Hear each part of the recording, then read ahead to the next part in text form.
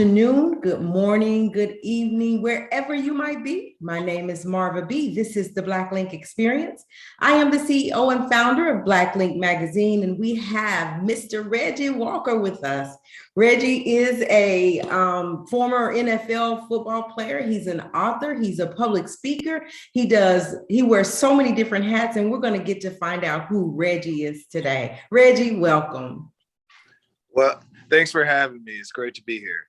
Yeah, so we're so appreciative. If you would go ahead and just continue to tell the world who you are. I said a little bit, but go ahead and formally introduce yourself to the world. Okay, so I am Reggie Walker. I am a former NFL linebacker of 7 years and team captain. I'm a mental, physical, and sexual abuse survivor and survivor advocate. I'm an author, I'm a TEDx speaker, I'm an entrepreneur, father of 3, husband.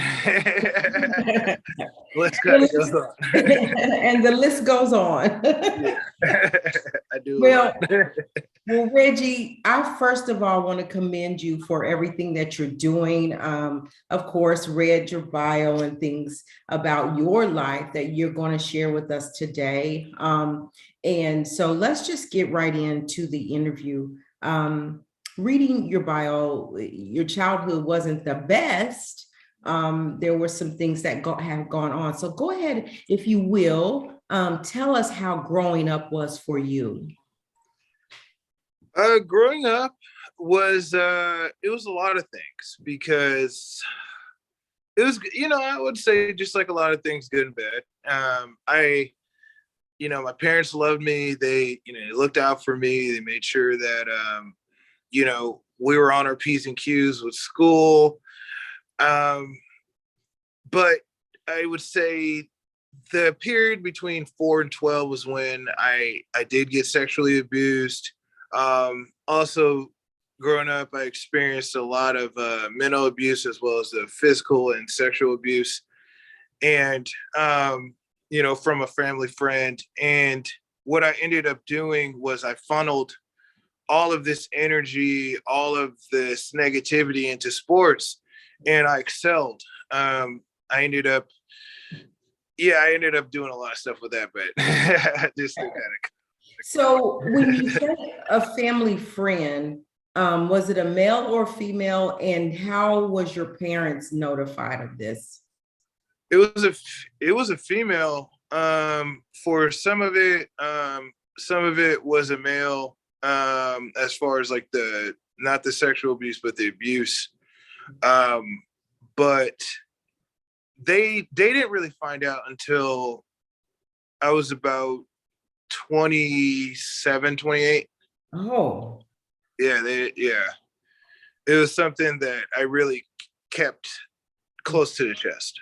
Yeah. And so were you afraid? Do you remember being afraid to tell them? And did it happen consistently? Were they babysitting you? I mean, what were the details?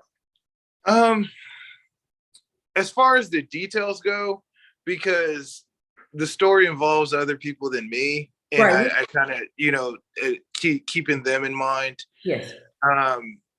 It was something that I didn't tell them because, I didn't know how to say something like this, because it happened at such a young age. And then when I was 4, you don't really know what's going on. Yeah. I didn't really realize what was going on until I got much older. When I got to about 11 or 12, that's when you kind of understand what's going on, because you're not fully developed. You don't understand. Yeah. And when I found out what happened, that was like, there's no way I'm going to say something about this. This is the last thing I'm going to tell anyone, whoa. You're not going to tell anybody that. Like, well, why would you tell anybody the worst thing that ever happened to you?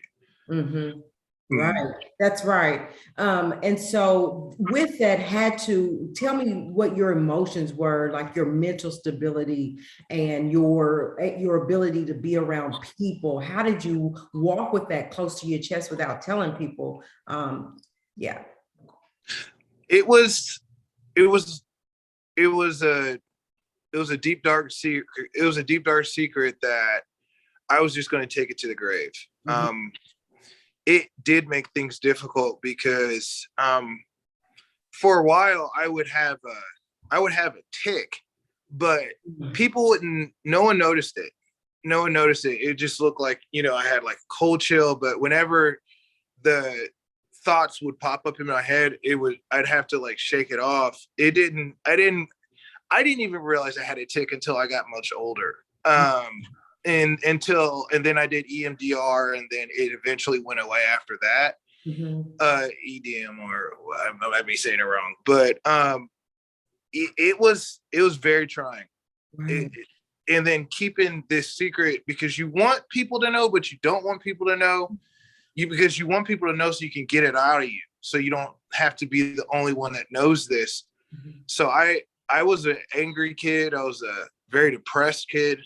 I was kind of a loner, but I was also pretty popular too, which was, a weird dynamic. I like to be by myself. I wasn't really trusting Yeah. of a lot of people from a really young age. And I can understand that, if adults were violating you in any way, physically, mentally, then why would I trust anybody? Because they're the ones that's supposed to be guiding me and protecting me and, teaching me. Yeah. So, with that, you said you were a loner and that you had, some different emotions. And so how did, at what age did the abuse stop? And then at what age did you get help? Were you able to finally say, I need help? Was it into your adulthood? It was into my adulthood when I finally got help. I first told a girlfriend in college. Mm. I think I was 20 or 21 at the time. That was the Ever? first time ever. That was the first time I said anything about it. And it was a couple of years later until I talked to a pastor slash therapist, and I told him, and it was it's been a process because you know the first time was fine saying it, like, she was very receptive, but the next couple of times when I would open up about it, I got a really off-putting response, so I shut down after that. Oh, So I kind of kept it close to me. uh yeah. yeah. And I think that's why as I continue to talk to people that have gone through this, I think it's why the victim has not said anything, because it's just that if you tell somebody the response that you might get from it. Yeah. Yeah. And so you were able to, and then when we go through things in our childhood and we don't take care of it, it just pours over into our adulthood. And then we have issues as adults. And at some point, there was a breaking point for you. And what was that breaking point like? It says, I got to get myself some help. I would say the breaking point was probably my last year that I played. No, well, I had a mini breaking point my third year, and I talked to a therapist for the first time, and I talked to him a couple of times. I thought everything was fine, and I thought I was healed. Everything was fine, and it wasn't. But I ended up my last year because I was using football as a coping mechanism, and it wasn't giving me what it used to anymore. It felt like it was just a band-aid and I was bursting out the seams. So what I ended up doing in my retirement was that was the first priority. Was I knew I needed to heal from this. I needed to take care of this, or I don't know what type of life I'm going to have. And it was a process. I It bet. was a big time process. Yeah, because I'm sorry, I don't want to cut you off. No, you're fine. I'm so sorry. So I can imagine the stress with playing football, professional football, along with what you're carrying, the baggage you're carrying, how you were treated, and you still hadn't gotten help for it. I can't imagine, I should say, how heavy that was on you. So how did you maintain football? Was it that you were going out there and busting people's head open on the field to get anger out? Were you just using that just to go out there and just let all your aggression out? Because for most players, it's a fun thing. They're doing what they were born to do. That was what they were wanting to do in life. What about you? How were you? Well, was that different? How I did it was, first of all, because my parents, I had a system of how I operated, because I emotionally, I was operating in extremes. Everything was extreme. Yeah. Happiness was bliss. Anger was like, I'm the Hulk. Sadness was, all the way down there. And I needed to have a system to keep myself neutral as much as possible. And I had to really set this up from a young age. But the thing about it was, my dad, he was in the military and he did logistics. Mm-hmm. So he taught me from a real young age, how to maximize on myself, how to work with people, how to work around people, how to work around myself, how to work around my issues, and really not run from my issues. So even though I had a lot of problems, I wasn't necessarily running from them. I was managing it the whole time. Sometimes I managed it well, sometimes I didn't. It depends on the time, because college, I was a partier. I was a partier. I partied a lot, did a lot of drinking, a lot of dumb stuff. Yeah. But I also, because I had this balancing system, if I partied, I went and worked out and I did all this stuff. I made sure that everything leveled itself out, which was a crazy thing in itself, until I got to the league and I really got control over it. And I wasn't necessarily partying as much. Mm-hmm. I was working out. I was really more focused on just the leveling of things. Not just the leveling of things as far as the actions I did, but really mentally. Mm-hmm. I always kept a really, like, a yin-yang perspective, really, as far as everything's good and bad. Everything has its good qualities, everything has its bad qualities, and trying to understand both sides to then move. And that always saved me, because no matter how bad I felt, I always had my my perspective on the other side, so I could balance my perspective out. Because when you're operating in extremes, like in bliss, you can do a lot of crazy stuff that you should not do. Even if you're in a great mood, or even same thing with sadness when you're operating at extremes. So I had to balance things out mentally. And then because I balanced things out mentally, all of my actions were balanced for the most part, especially when I got to the professional level. Yeah, you talked about, maybe running away from it, that you didn't do that, you managed it. I know a few people would say, I'm just going to pack up my things and I'm going to move away. But if you're packing up your things and moving away, you're packing up that baggage, those emotions, those feelings, those whatever you had, experience is going with you. You got to get it resolved. You got to get help for it. I think in order to live a whole life, right? Yeah. So when you got into the league, you started getting help for it. So did you talk to someone and say, hey, I need counseling? Or did you just take it upon yourself, find someone to be able to talk to, and then manage it that way? Well, the NFL can be a crazy place. And I was already not a trusting person. Right. But then when you go into the NFL and you really realize a lot of people around you, you're in a den of snakes. And I'm not talking about the players, it's just, or even some of the personnel, it's just the environment, and it draws snakes too. So you always have to be on your square or your P's and Q's all the time. Yeah. And you can't necessarily trust or open up to a lot of people. But you're living with this cancer, so you have to get it out some way. Yeah. So I really found I really confided, the people that I could trust that were there. I had a couple people, I confided in them. Mm-hmm. But when they weren't available, I worked things out myself mentally. I had to work a lot of it out myself. And it was trying at times, but at this point, I had done it for so long that Yeah. I had, even mentally, I had a system of looking at things, to keep myself back to normal. Yeah. So, but it's a lot to do mentally, which was a big reason why when I ended up retiring, I ended up, I did therapy for a while. It wasn't enough. And then I ended up going to a treatment center. I did 2 stays for 30 days, which was absolutely necessary. Yes. And I would recommend it.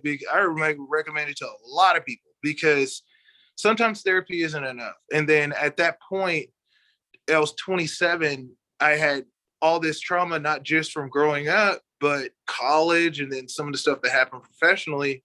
It just compounds to the point where it's not manageable for you to do. I couldn't mentally do it. It built up too much. So can you talk about this or are you comfortable? I'm going to ask the question, and if not, we'll edit it out. But I want to know, during those times that you were being violated physically, mentally, and you were a kid, what were you thinking at age 4 and 5? Do you remember what you were thinking by going through something like that? What went through your mind? You disassociate. That's the thing. You disassociate. You go somewhere else.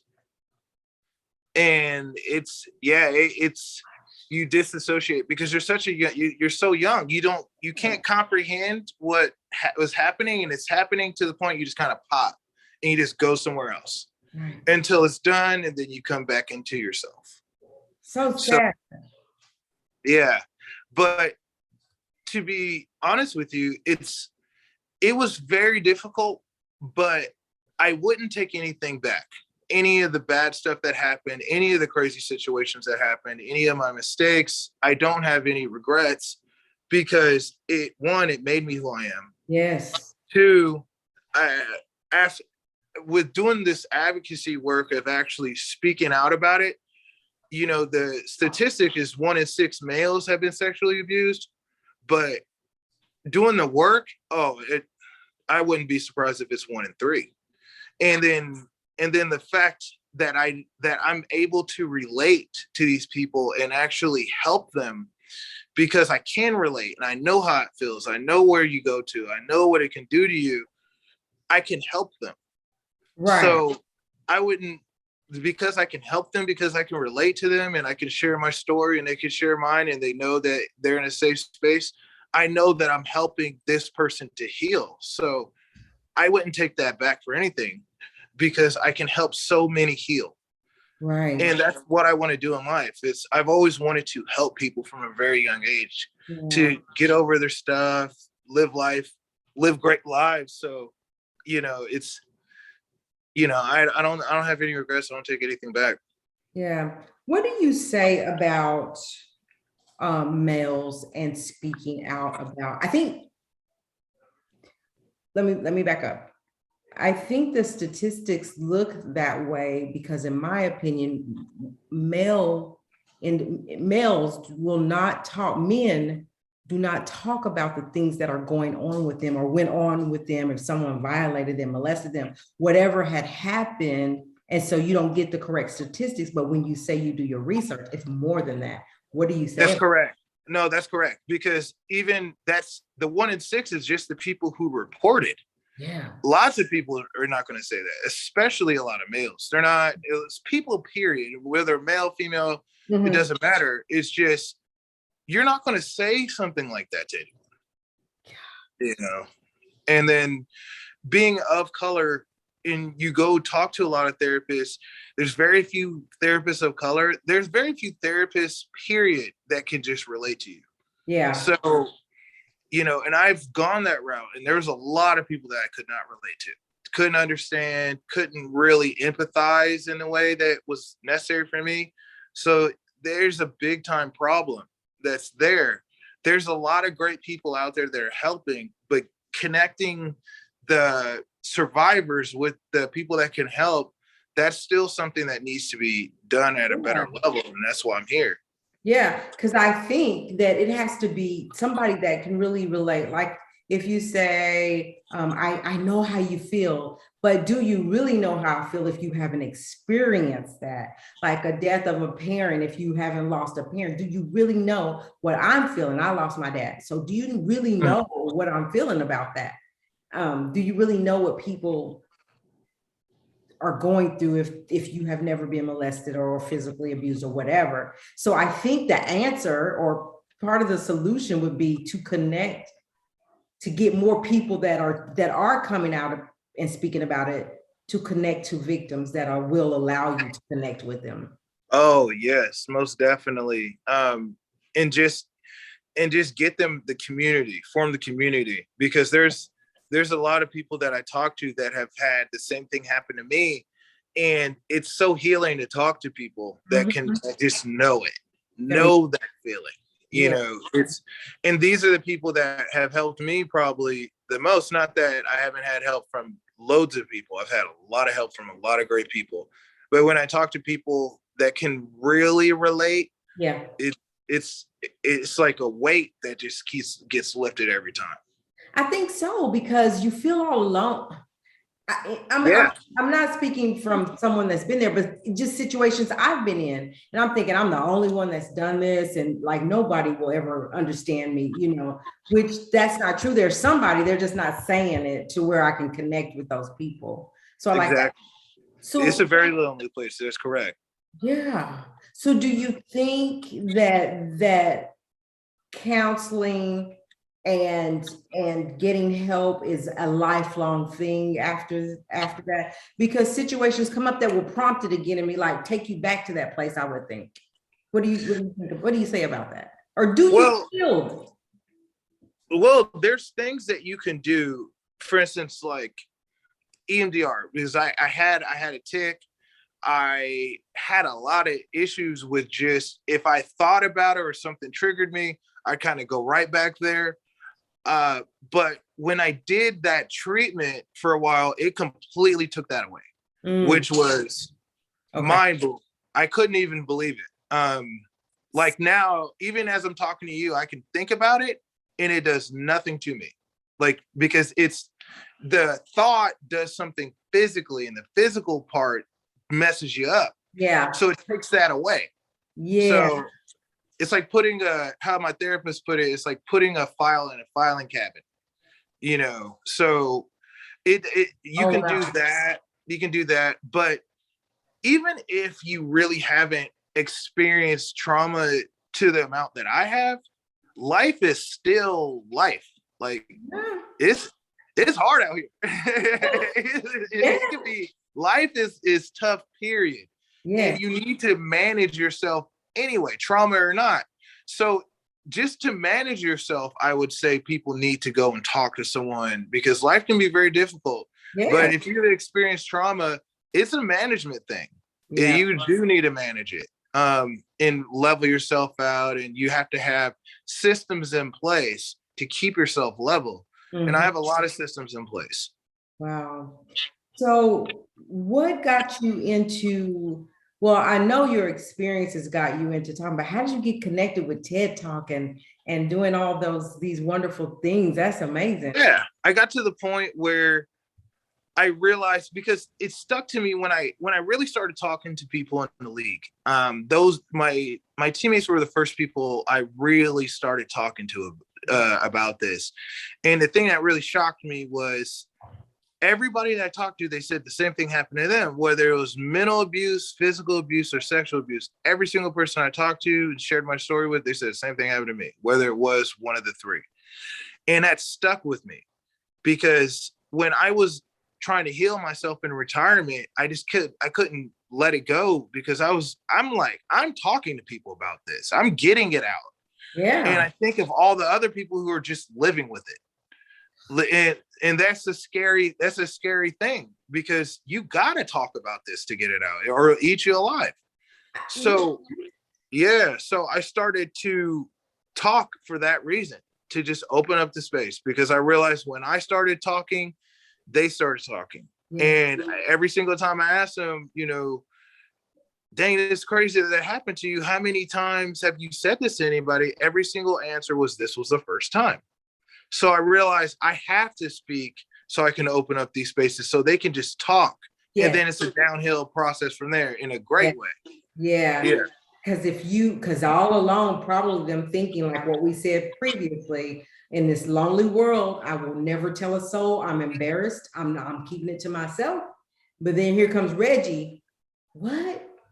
Okay, let me tell you what happened to me. And so that's really, it's a matter of having that conversation, because when you talk about it, I don't care what situation is, whatever horrific situation you were in, if you can talk about it and relate to people, then I think you work with it better. So Reggie, kudos to you. That, like, I'm excited that you are, first of all, an NFL player, and you came out and said what happened. You're talking about it, you're opening up, because macho men, they're like, I'm not telling that. So you wrote a book.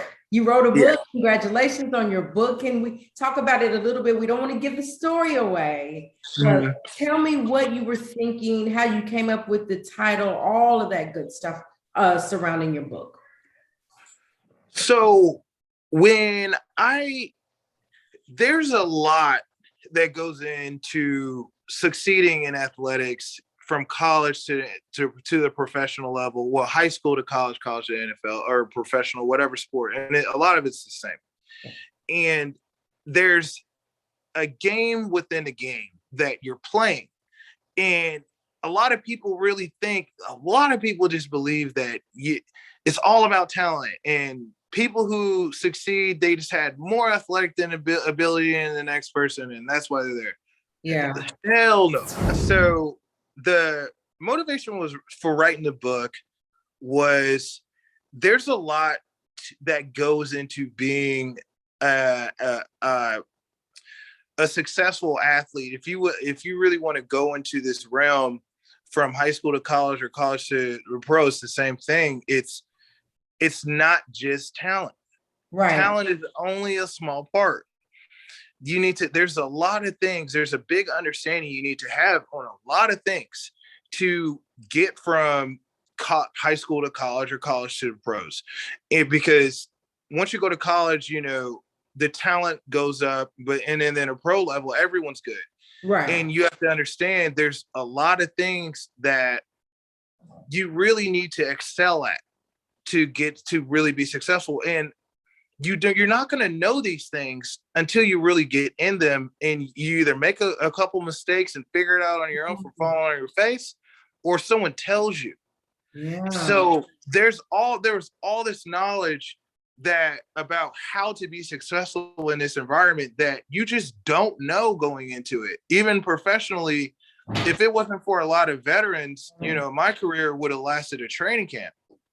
It's really a game, just like life. Just like life is a game. Yes, it is. Life is a game. Making it in pro sports or college sports, it's a game too.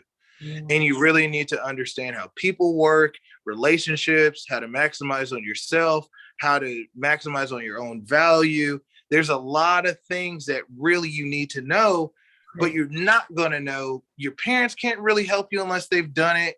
And it doesn't matter. It's like, if you wanted to be an astronaut and your parents were astronauts, they can't tell you necessarily what to do to be an astronaut. Right. They can take you to school, they can tell you some things, but they're not going to be able to tell you as well as a person who actually did that could. Yeah. So the thing that really struck me about making it from high school to college and college to the NFL was, I came from the hood, like 2 of us made it and played. Yeah. In college, I came in with 27 recruits, 4 of us finished. And then you go to the NFL and people, it's called, it's not for long for a reason. And people are dropping like flies every week. And this knowledge is not something that everybody knows. Yeah. So I wanted to put that into a book for anybody, whether it's male, female, any kid who really is aspiring to do this, like this is how you do it. Yeah. And it's just so they don't have to make a lot of the mistakes that I made or I saw a lot of other people make. Yeah. Because a lot of this stuff, they can really figure out a lot of these things ahead of time. So they don't have a lot of issues that most athletes have in retirement as well. I wanted to really encompass that whole thing into one book. And I really felt like I did a good job with that, because I know I'm not the best writer, and I didn't write it with the intention of, trying to say a bunch of big words. I just wanted to put the information there. It's there. You got it. It's like a manual. Yeah. Take it, just take what you want. And I wanted to make it as easy to understand as possible. Yeah, congratulations on that book. Like, people need that. I'm excited about that. Yeah.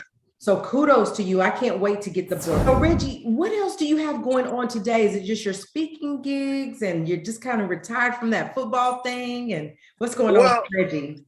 Yeah, so there's another thing that I also made too. So I made, I actually had a lot of help from Dr. Julie DeCharmy and a lot of great people, but I got my book made into a college course. So, and it's good. And it's through the Knowledge and Innovation Center with their partnership with Forbes Business School. Oh my God, Reggie. Yeah. So now kids can get the game and get college credit for it. So now there's like no excuse for people not to get that knowledge down. That's a big deal. That's a big deal. Congratulations. I appreciate that. Oh my gosh. Now, when you went to help people, you really went and helped. And so God bless you for that. Yeah. I appreciate that. Yeah. Well, it's going to help so many people. Thank you so much for coming and sharing. Like, I could talk to you forever. I do want to, I talked to Douglas E. Hobson. If you want to kind of look him up, he'll probably want to send you a book to read. He was molested by his mother and his uncle. Wow. As a child, and was tied to rails, and he tells the whole story in the book. So I want to see if we can get a book in your hand just so you can read it. I'd love to read it. So thank you for being here. Go ahead and tell the people how they can reach you, how they can purchase your book, and all that good stuff. Okay, awesome. So if you wanted to reach out to me, just LinkedIn, hit me up on LinkedIn. I answer back. That's the platform that I use the most. It's the least toxic of all social media platforms. So I use that one the most. And then if you want to get my book, it's on Amazon. You can it's called The Game Within the Game. And my course is called The Game Within the Game. It's through the Knowledge and Innovation Center. So in their partnership with Forbes Business School, so you can go and I'll send you a link so that people can do that too. All right. Well, Reggie, again, we appreciate you being here. I appreciate everything that you're doing and, opening yourself up and being vulnerable to allow help for others. And that's a big deal. And God will bless you tenfold for that. Appreciate it. That's what I believe. So Reggie, again, thank you. Have a blessed Sunday. You guys, we're going to go. In the meantime, respect yourself and respect each other. God bless.